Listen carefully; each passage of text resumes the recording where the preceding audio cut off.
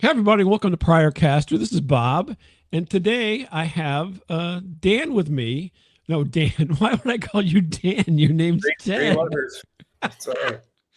I think I called you Dan originally whenever I talked to you. That's why I've got it stuck in my head. No sweat. Ted is with me. You know why I don't want to call you Ted? What? Because of TED Talk. Yeah, I get a lot of that. Yep. Yeah, and Yep. Ted has got he was with a company. You invented a company, I guess we should say. You founded a company I did. that was called GiveMeTalk back in the day, and so we're going to talk about that with Ted. Thank you, and I apologize profusely for that, but I always think it's wrong because I think a TED Talk and Give Me Talk, and so in my head I'm like, this isn't right. It's very confusing. But welcome, Ted, to the show. And thanks for putting up with me so far. I appreciate Uh-huh. it. So, um, give me talk now. Can you give me a little bit of a brief history on what that was Sure. or what So, it is? Is it still in existence? Maybe I don't know. no, gosh, no, that's been a long time. So, this is going back to the first internet boom. I'm a Chicagoan. I was doing websites for financial institutions back in like 95 ish, Oh wow. and wound up going to Silicon Valley to start the digital side of an agency before agencies really were digital. Mm-hmm. And after about a year of being in Silicon Valley, a good Midwesterner, my dad worked at the same bank for like 30 years. Startups weren't really a thing for us. We had so many people coming through the agency who were just spinning up companies and, taking them out into the world at breakneck pace. And I was fascinated by it. And along the way, during my time at the agency, I had an idea that it'd be interesting to be able to do your own talk shows on the internet and not have any gatekeepers, not have to appeal Mm-hmm. to a network or get anybody's approval to make your voice heard. And so I thought that was pretty interesting. And I was on a trip in Hong Kong, and I had a friend set up a landing page which said, "Give me talk. We are going to cut the legs out of terrestrial radio. Sign up to be notified when we launch." And it had a little blurb on, you'd make your own radio show. And I figured I'm going to spam mail back when that was legal about 2,500 journalists. And Yeah. if anyone finds this interesting, then I'll take it on. If they don't, I won't. And so I went to some internet cafe. I sent the release out. It was formatted like a press release too, so it had kind of a pro look. And when I got home, I had a phone by my bed that I put a work number on, and that was the number in the press release. And it was like the New York Times was on there, NPR, BBC, and so it's like a week and a half after I sent that release, I had like 500 words in the New York Times about how this thing I had not yet in any way structured was going to kill terrestrial radio, and that meant I just had to get into action pretty quick. And so I went and learned, fundraising and staffing and streaming and got some really smart people and moved on from my position at the agency and went out and raised money. And that was the era of Get Big Fast. I hooked up with an organization called Garage.com. A fellow named Guy Kawasaki ran that. He's not really known, I don't think. Yeah, right. He's kind of yeah, he keeps pretty quiet. But Yeah. his organization was really helpful. They put some money in. They were really, really helpful to me in accelerating. And we got that thing up and running and had about 10,000 broadcasters on it. Mm-hmm. So it wasn't called podcasting because there were no pods. Right. It was called Do It Yourself Internet Radio. And it was interesting. I think one of the things you'll find interesting about it is it took a very long time for podcasting to find out what it was. And so when we were out pitching it, we did like 110 investment meetings. I mean, a lot. And the reactions we got from folks is really interesting. When you call it do it yourself internet radio, people could not get themselves wrestled out of AM talk radio of the 90s and the dial-in format, right? So Mm-hmm. in the 90s, radio talk shows were call-ins largely. They were live and people would call in, and it's like sports radio now. And so people were like, well, how are you going to do this form of broadcasting if you can't have live call-ins? Because at that time we couldn't do live streaming. And we were trying to tell them it's asynchronous. You listen to it in your phone time. it's a whole different model, right? Right. It's not radio, but we have to use that word so you have a hook to hang the concept on. And it was just a really funny. It was trying to get people off the starter blocks, just around the fact that you could make these shows, just put them out in the world, and people would listen when they want to, and their interaction. It was purely a one-way thing. And so, anyway, we got the site up and running. Hired way too many people. It was the era of get big fast, and we had at our tops we had 35 people, when truly we needed about 4. I was young. I was following the same advice a lot of people were following. I'm not making excuses for myself, but that was kind of the zeitgeist then. Got a CEO who ran one of Disney's studios to come in. Great guy. Nobody knew the space, so there wasn't a whole lot of knowledge to bring or experience to bring because it was all brand new. But ran it up, like as I say, got about 10,000 shows. It looks exactly, I've gone back occasionally just to refresh myself on it, but it looks exactly like podcasting sites now. It's got reviews and everything's organized by topic and series, and we had our own broadcasting tool, our own editing and recording tool that you would download, and you could put your show together in it. And then boom, we were out in New York trying to raise some money, and the market tanked. And that afternoon, meetings started canceling because everybody saw it coming. And without any capital, it really wasn't going to be able to go on as it was. Now, my last sentence of this story, speaking of not making excuses, we had a really brilliant engineering team here in Chicago. I made a point of hiring them here in Chicago. And one of the engineers said to me, you still have some money in the bank. And we did. We had actually a fair amount of money in the bank. He said, why don't you just let this thing run, turn off support, just let it accumulate shows. And on the back end of this downturn, you're going to have this massive inventory of originally produced audio. You'll know who's popular and all that. And I said, no, I don't know. I mean, I've revisited that.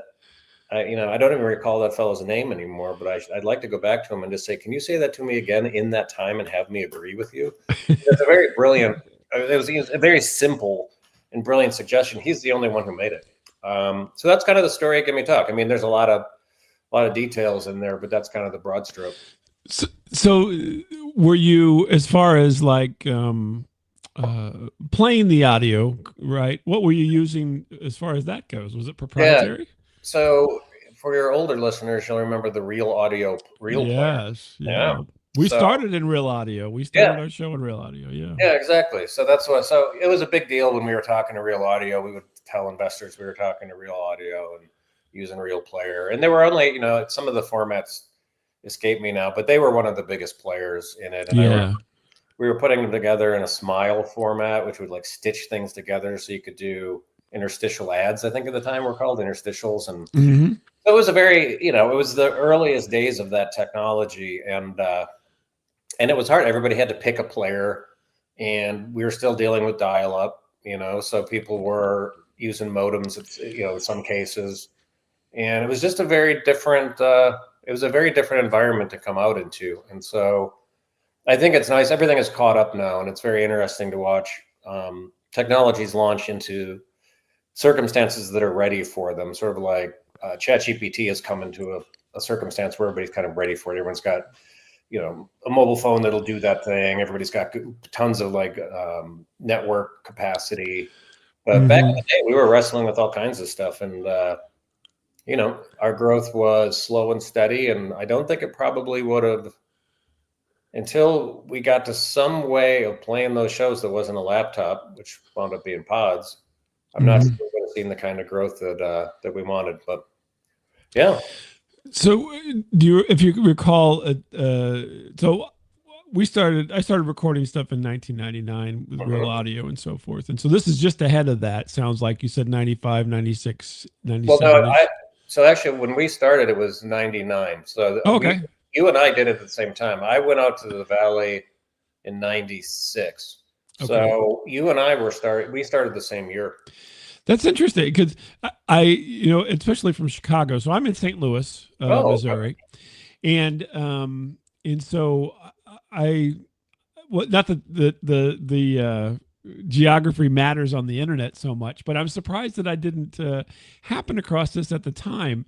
Now there was another service probably not that early, but maybe a little bit later, called Yada. I don't know if you remember Yeah, this one. I do remember that. Yeah, now I haven't thought of it in decades, but I remember. Yeah. So it probably was early 2000s from my recollection. Hmm. And it kind of had a similar, but not, it was different, but similar, I guess. But there wasn't a lot of these things. And so that's why another one was called Talk Shoe. Don't If you're, remember Talk Shoe. yeah, Talk Shoe was out of New York. And I remember, playing with that. And then Live 365 was Oh, another yeah, yeah. Of course, one in the space. yeah, Yeah. yeah. I remember that. And I had the pleasure of being berated by the CEO of Live 365 on a another talk show back in the early 2000s, which was fun. What were you berated for? Probably because I was a flippant jerk during an interview, and Yeah, that'll do it. and uh, and he didn't appreciate my humor. Hmm. Uh, but so it really, so whenever you were thinking about this, if you can kind of go back a little bit. And by the way, you look very young. I want to tell you that right now. Wow. for Hey, for this thanks. being this for being this idea back then, I'm like, this guy is really young looking.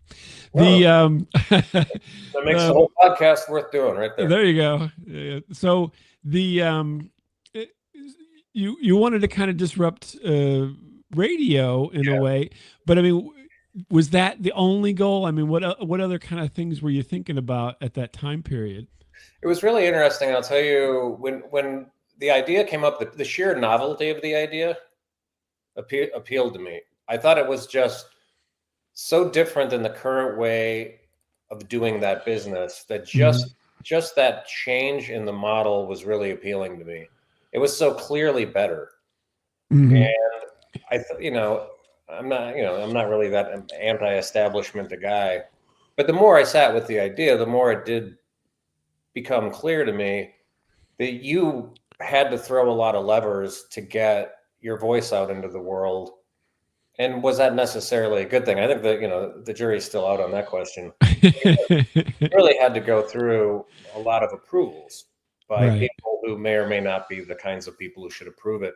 And so when the fellow came in from Disney, his name was Bill Gross. He ran something called Jumbo Pictures there. It's just a great guy and a really fun guy to work with. But he came up with the tagline where free speech is really free, Hmm. which has, of course, two sides to it. One is that we didn't charge anybody to make a show, and we didn't charge anybody to listen to a show, and we Hmm. didn't gatekeep at all. Now, we, of course, had your typical, terms of use, and, certain things were off limits, but by and large, it was just do whatever you want, listen to whatever you want, make whatever shows you want. And I thought that idea was just very appealing. And it's hard to even imagine, I think, for people who are younger today, like that didn't exist back when. You and I remember the days of like how many channels we had in Chicago, maybe six Right. TV, and Yeah.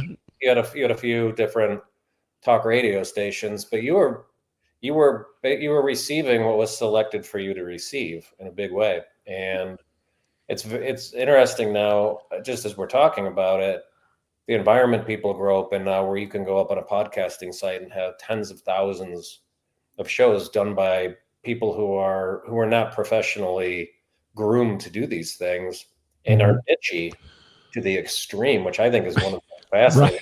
That I loved that about it. And what you're doing right now, of course, like this, talking about the old days and Yeah.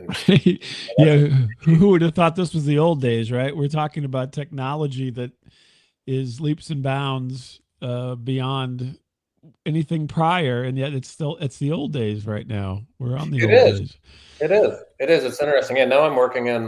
So I've moved into doing. I went and did consulting work for a long time, and stayed in technology. But we've come up with an idea around voice tech again, using AI. Like before, we came up with this before ChatGPT made AI cool. It was like doing basically on location voice in sales settings, and doing what this call may be recorded for quality assurance. Doing Hmm. that same model and on location environments like car dealerships and mattress stores, places where it's a complicated sales situation. It's hard to take Oh, notes. It's hard to remember. You don't know right.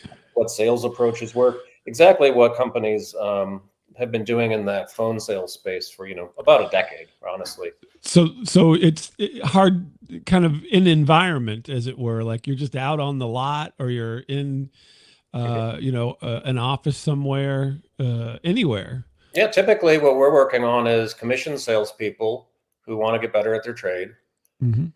People walking into a sales situation where they don't know much about the product and it's complicated and it's a long conversation. So we're doing like a pilot with Lincoln, the automotive company, and Mm-hmm. car sales is very much like that. Like I bought a car in April and I actually took our product out on all my test drives and recorded it. And then I can just ask it questions like, which one had the best lease package? What was the one with the 4-liter engine? And then they can ask questions on their end, like, what objections did the customer have?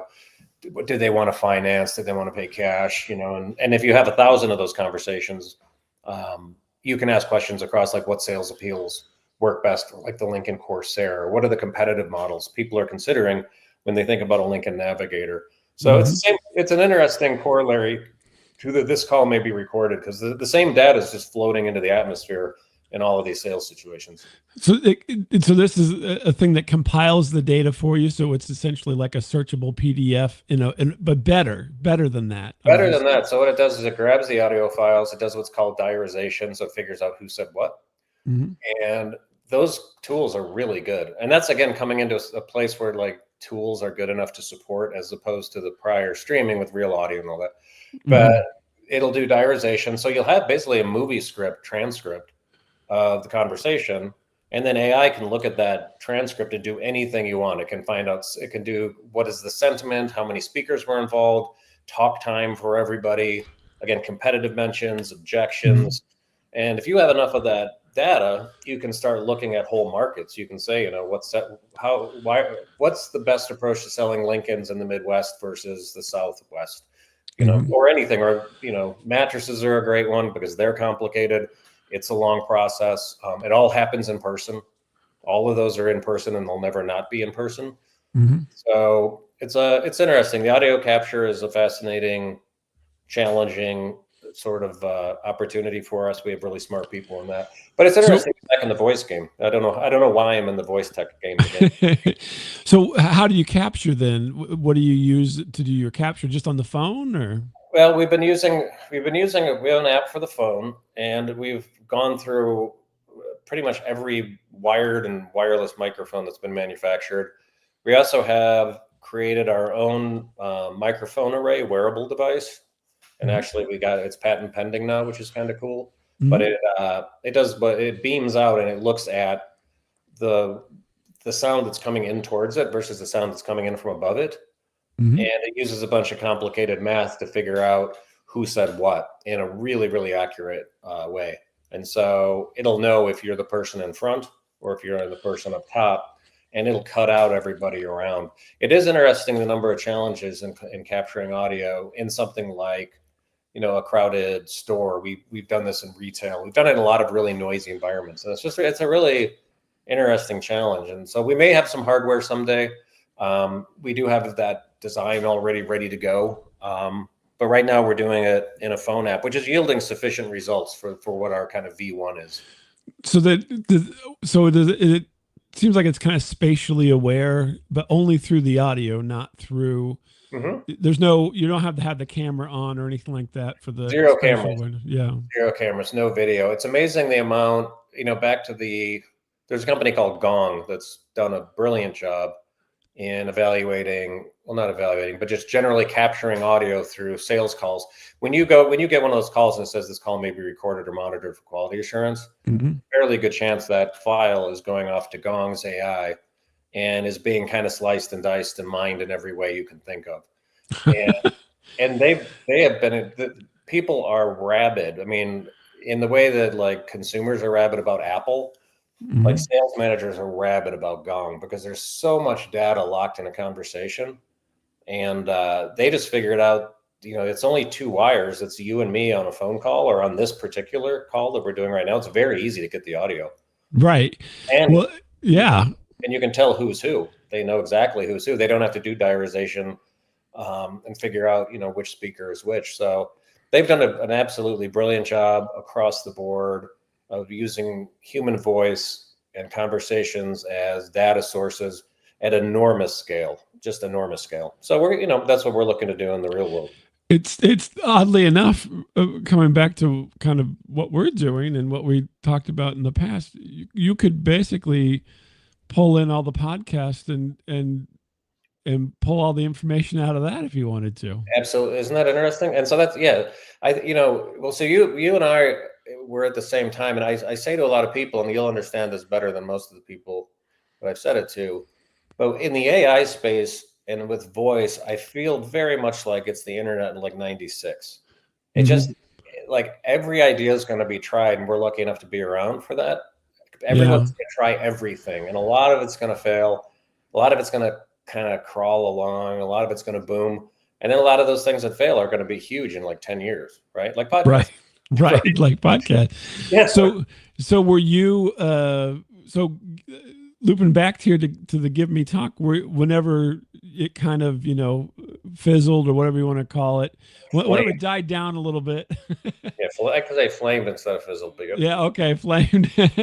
Were you aware then of when podcasting popped onto the scene a few years later? Because that was 2004-ish. Yeah, I was aware, and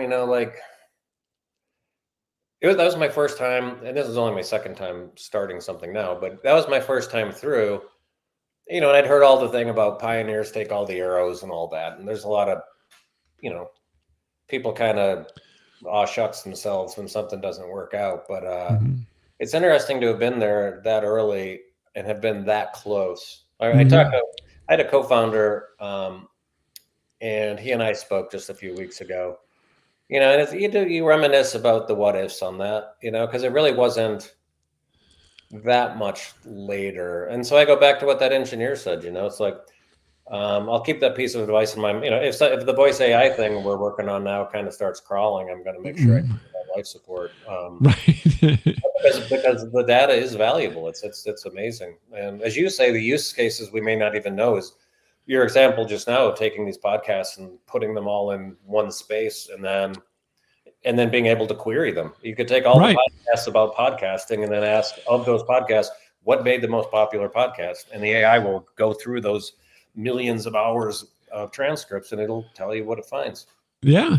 And interesting. I don't know if you're thinking about this space as well, but people who do research do all these interviews. Yeah. And this would be a boom to what they're doing because they have to do, this is, that's a very manual, in the past has been a very manual thing. And so this would be something to where you could, really crank this stuff out if you could make it easier to do. Absolutely. So there's this idea of unstructured data, structured versus unstructured data. And so our data scientists, for him, that's a very 101 concept, but it's interesting when it's brought to someone like me for the first time, because especially if you think about market research and surveying, you have fields that get filled out, and the depth of the data is constrained by the format of the field. Am I typing it? Am I checking a box? Am I circling a number? And that's all structured data, and it flows directly into some database so you can evaluate it. The unstructured stuff nobody could do. Unstructured is being basically, why did you come to our restaurant instead of going to someone else's? You couldn't use those before because if you did 1,000 of them, someone would have to manually tally all of it. Correct. Yeah. Now we have a kind of a butler that'll listen to them all and tell us what everybody said, and it'll tell us the commonalities and the differences. And so that's another thing we've been looking at as part of our offering is just what's the value of unstructured data right now? It's with AI able to interpret and present results around analysis of unstructured data, that space alone is going to be fascinatingly gigantic and all kinds of niche-y and vertical. But just the idea of having unstructured data as a resource now, I think is totally fascinating. You're going to have to jump in and get Tell Jeeves just as a throwback. Ask Jeeves. Yeah, well, you didn't tell him. You asked him, remember? Right. You asked, but now yours is Tell Jeeves. That is actually, you're right. tell Jeeves what you want, and then Jeeves is going to process that and give you an answer. That's a really nice spin on it. Yeah. But Because ask Jeeves.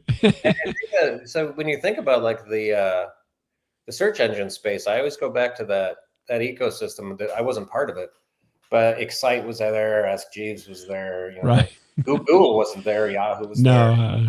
And you looked at, you knew it was valuable to allow people to discover information on the internet, but you never quite knew who's going to win that race or how. And they all morphed into media companies for a short time, if you remember. Where they were right. Yeah. And Google figured out, no, it's really just about the query.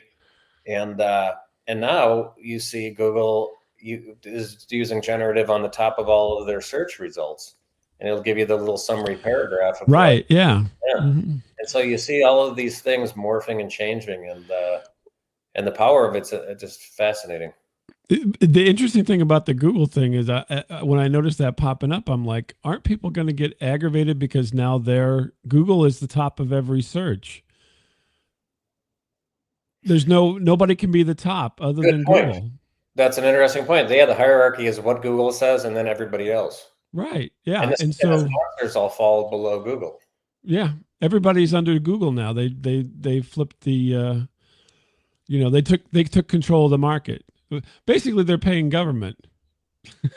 Really interesting. Yeah. I wonder how they're. I don't pretend to be smart enough to run a Google, but it's interesting to think that the idea of sponsoring links on search results may be going away after all those years of dominance. Right. Yeah. It's weird, but it's so interesting. And this is, talking to you is so fascinating, especially because you had this breadth of history, right? So you were involved in these things and how quickly, no offense to your product, but how quickly they get forgotten because I talked to, so I guest on other shows for your friend Rob. I was on his show and so forth. And then whenever he wasn't one of the people that answered this way, but other people, I won't pick on them, but I get on there and they're like, how long you been doing this? And I said, well, since 1999. And they're like, what? Like, and they go, how long have you been podcasting? Like 4 years? I'm like, no, since before there was podcasting. And they have no idea. No, and you're right. We have maybe it's not a problem. I don't know. It's because this gets into my area of not being really a business person, but to me, always the lack of knowledge of history is bad. And, I tell people that I'm on their show, I'm like, do you know podcasting is 20 years old? And they're like, what? Yeah. I thought it started in the pandemic. No, that's when they started paying attention. Right. Yeah. But that's when it all kind of congealed and became a thing, an industry, a way of doing things. And I still tell people when I talk to them, I said, if you want to make money in podcasting, make something that supports podcasting, not podcast, because there's more money in supporting podcasting than there is in actually doing a podcast for most people. Because there's so many podcasters looking for a leg up. Correct. Yeah. That makes sense. Yeah. That's a very good point. It's interesting to me, and I think again, because you and I have a shared history in this, if you listen to like a Smart List, something like that, it's interesting to me that in that day, a group of like similarly famous, talented people wouldn't have gotten together and just made podcasting massive well before it became big. I know that you can't artificially goose the buildup of a tech product, but it's just interesting to me that, I guess, that it took that long because it's such a fundamentally simple thing. Yeah, it really is. It's a recording. It really is. Yeah, it's just it's everybody wanting to be. Well, whenever we were doing it, everybody wanted to be a DJ, and that was one of the downfalls, was because not only was this coming on, and I was going to ask you how you dealt with this. At GiveMeTalk is Napster. So that was the heart of the record companies telling everybody quit playing our songs. That was our first thing. When I was talking to, I've had a very small circle of people at the agency I was knocking around with, but I was talking about this like do-it-yourself thing. The first thing was do-it-yourself DJing, right? So, because that is also interesting. And so it immediately went to Napster and all of the battles they were fighting. And So producing your own content, obviously you have the IP rights to it versus using somebody else's. But the Napster thing in our day, and the amount of media attention that got, a lot of because of the legal battles that Mm-hmm. it Yeah, they're fired. suing grandmas. Yeah. Yeah, totally right. But look, I mean, that was Andreessen, right? So look now, I mean, nice Yeah. work. Um, Well, real quick, just a interjection here. So, the funny thing is you said you own the IP. The realities are that the bigger universe doesn't necessarily always agree with that. Rob made a song with my voice from our episode, and mhm. Spotify won't play it because they say I stole it. And it's Rob's song, and it's my voice, and we created it in agreement, and they're like, no, we can't determine who owns this, so we're not going to put it on Spotify. That's okay. Didn't know that. So wait, so because they can't figure out like the provenance or whatever of the song. Right. I'm assuming they sent me an email and said, we're just not going to put this on. And I'm like, and I wrote back and I said, that's me. That's me. That's so and curious. and so the funny thing is that we've progressed greatly, but the systems are now in place that they I mean, it's only going to get better, hopefully. But the systems in place now will strike things because it's ambiguous to its system. Yeah, so they're de-risking it by just not playing Hmm. it. Yeah. So Yeah, you guys, were you monitoring? How were you monitoring people just playing music on your on Give Me Talk? we weren't. We were just we, we weren't. We would spot check stuff and we would listen to the shows and all of that. It became there were just too many of them and there was no automated way to do it. So Yeah. we just, I mean, a lot of that, in the old days was just let her rip. Yeah. And it, back then too, as you learn as you get older, the legal system is highly reactive. It's not predictive, and so Hmm. they were like, "What is this? Like, what people are doing their own? Like, we understand like radio stations, but now people are doing it." And so Hmm. the amount of like, I think they were just trying to get their hands around what are all the legalities here back that early. Well, what one can say basically, YouTube was built upon stealing everybody's stuff. And the reason it's so popular is because they didn't put that out there as a statement, steal everybody's stuff and you can watch it here. They said make your own stuff and you can watch it here, but everybody was doing it, and they couldn't, hit the gopher as fast as it popped up. Yeah, And they still have problems doing that. So, yeah, yeah. All these years later. But I yeah. mean, so it's and all these laws morph. Now we're looking at all the AI laws coming out, and how are we going to keep that thing? We won't, but how would we keep it contained if laws could do such a thing? Right. All of our voices. I don't know where this will wind up, but chances are fair it'll get scraped somewhere and dumped into some model somewhere. Probably. I'm waiting for the AI law that gets written by AI and then struck down by AI.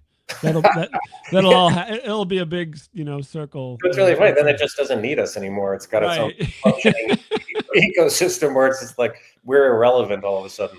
Well, the funny thing is I think we're heading towards things like that because with all the different tools, people are utilizing them and not to create things for them just to put out there. Eventually, it's just going to be AIs talking to AI out in the social sphere. There's gonna have to be something new in social media to discern what is actually something that's original versus something that's just been pulled from Yeah. the greater group, as it were. Yeah, and that gets back to our conversation earlier about. I mean, in the old days, it was the human voice you heard was a human voice because no one was capable of faking one. But Hmm. you and I have both seen now in this most current election cycle the fake imagery, Oh yeah. the fake voices, the fake everything, and it's really. I get to the point. We're doing the project we were doing back in the day. We understood it could have been misused, Hmm. and we knew we were going to come up against those challenges of hate speech and all, people making bad decisions. Right. And what we're doing now, any tech tool really, you can make a bad decision and suddenly what's good turns bad. But we're going to be recording people out in the wild, and then, we'll have their conversations. Largely it'll be about mattresses and cars, but we're going to catch and and we're also watching people sell. We're watching people behave, and people feel evaluated when that happens. And I really think about just the heart behind a lot of these tools, and what happened to Twitter after Elon Musk took it over. And it really, just one big jerk of the wheel at a big platform like that, and suddenly things get ugly fast. And so, well, blue sky is the reaction to that. blue sky is the reaction to that, and let's hope those guys, keep to the straight and narrow. I've been fascinated. I mean, that's when I've been just this week. I've been just watching the battle play out there. If it's like just the good, the battles between kind of black and white, but and all of these tools, everything, podcasting, the whole bit. You could say some of the most popular podcasts now have really become toxic and poisoning. Some of the other ones are just wonderful and enlightening, and it's really a question of just which way you steer them. The interesting thing, we mentioned Twitter, X now, Yeah. which no one who's been around wants to call it X, but was Odeo, and Odeo was a podcasting aggregator. I didn't know that. Yeah. So before it was Twitter, they had a thing called Odeo, and that was what Jack Dorsey and et al. And it wasn't performing, and they did a pivot to Twitter. That is really interesting. I had no idea. So they were in the podcasting game too, and it didn't work out. Yeah, that's where it started. That's where it started for them. Because I remember, because we were on Odeo, and I mean, everybody is an aggregator. They just take it. And and I just remember that, and then I remember the turn when they switched over too, and announced they were doing this other thing, because there's the whole history with Leo Laporte and Twit, because Twit was already registered, and then Twitter came out, and there was a whole thing with that. But but it's also intertwined and intermeshed. And when I heard about GiveMeTalk, I was a little bit, I'm like, why in the world don't I know about this? Because I've got so many other, kind of, things in there with all these other, platforms at that time period, because there was so few people. I mean, you had a lot of people, but in the realm of the numbers now compared to then, I mean, it was very few people, very small. And I was really kind of taken aback that I had no clue. And that's one of the reasons I want to talk to you that in this little project. But besides that, so obviously you're working on stuff that's moving into the future. With this, you're basically aggregating conversations, obviously legally. Actually, talking about that. So the interesting thing to me is, and I don't think I've really seen much about this, is so you and I have, agreed to have this conversation, right? Yeah. And in different states, there's different laws on recording people. Yeah. But I have not seen anything in the news with everybody recording everybody. Like we're on StreamYard right now, and with all these different tools and everything, I mean, I'm surprised we haven't had some kind of, big court case where somebody's in the background and they get recorded against their will without their knowledge, and it becomes a thing. So with your new product and so forth, what is, you mentioned the kind of standard line there, this is going to be recorded. Yeah. Is that something that then everybody gets trained? You're like, you got to say this before we start this process, because if you don't, then this is all for nothing. That's exactly right. So consent becomes, so there's single and dual party consent, and it varies by state. Single party, and it's all based on wiretapping. Going back into history, it's all 100% based on wiretapping. Yeah. But that law, I guess they figured was good enough. So in a lot of states, you can just go ahead and record, and as long as you're doing it, you're good to go. And in some states, you need to let the other parties know, and that's why on the phone they just do it everywhere. And so it'll say this call may be recorded or monitored. If you do, I have a Fireflies account, which is a little note taker AI thing for my Zoom. It'll send out a consent notice before the meetings. And similarly, we have signage up where recordings are going on. that there is audio recording taking place in this facility. Everybody is trained to ask for consent on the recording itself, and if somebody doesn't want to do it, they turn it off. And so, we have to abide by the same consent laws anybody else would. There's some interesting. I'll tell you. There's some interesting. There's the world of legal, and we'll overdo it there. But there are some companies right now in the voice AI space that I think are really interesting, and two of them are in door-to-door sales. So I live in downtown Chicago, and nobody would be dumb enough to knock on doors here. But there is a world, I guess, of door-to-door sales, and particularly of kitchen knife sales. A company called Cutco. Oh, Cutco, yes, the Cutco people. So some of the managers, a couple of the managers of that company, came out with they were tired of doing walk-alongs with their salespeople. They would go with and knock on doors and coach them based on what they heard. And it just wasn't scalable because there's only one manager and all these salespeople. So they kind of did what we're doing, and they've raised money for it, and they're scaling it out.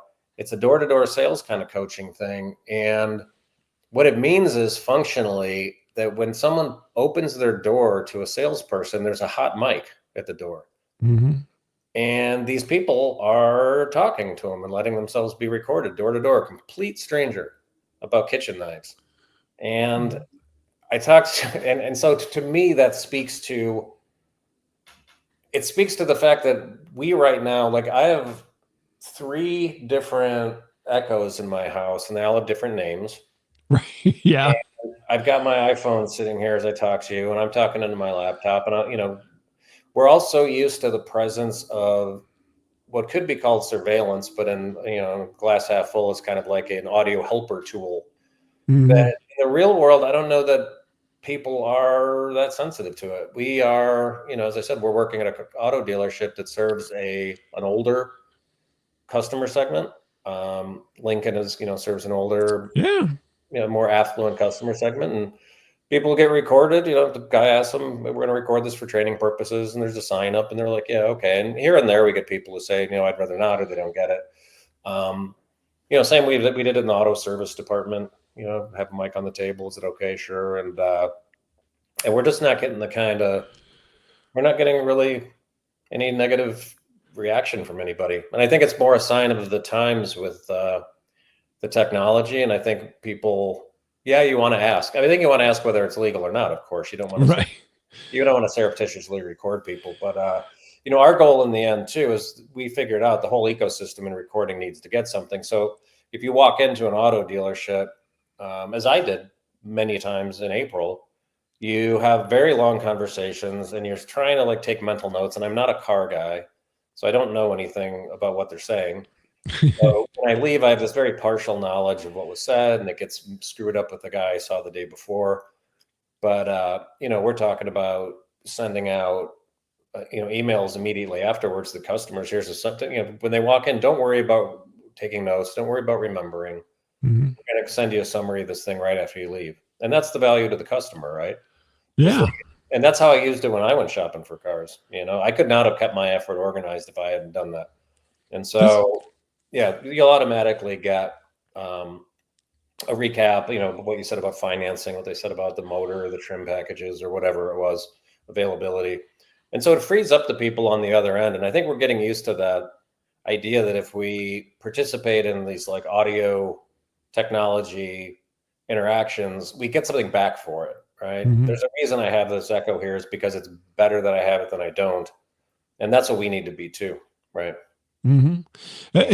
The way you're talking, it sounds like we're going to have basically body cams on everybody who does any kind of work. So like a guy comes to work on your furnace, he's going to be wearing a body cam.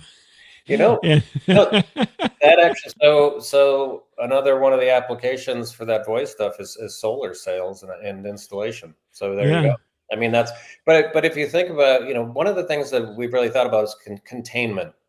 And so when we initially started this idea, we looked at a lot of different verticals: retail, hospitality, hotels. And so what we finally did is we were starting to draw a tighter and tighter circle around a conversation that was very unlikely to have any private details in it. And so if you're in a restaurant, chances are fair you're going to catch something somebody wouldn't want you to catch, or somebody, Right. some young person is going to say something. But if you're a one-on-one with a car dealer, you can mute the app and you can stop the recording. Certainly, you're in full control.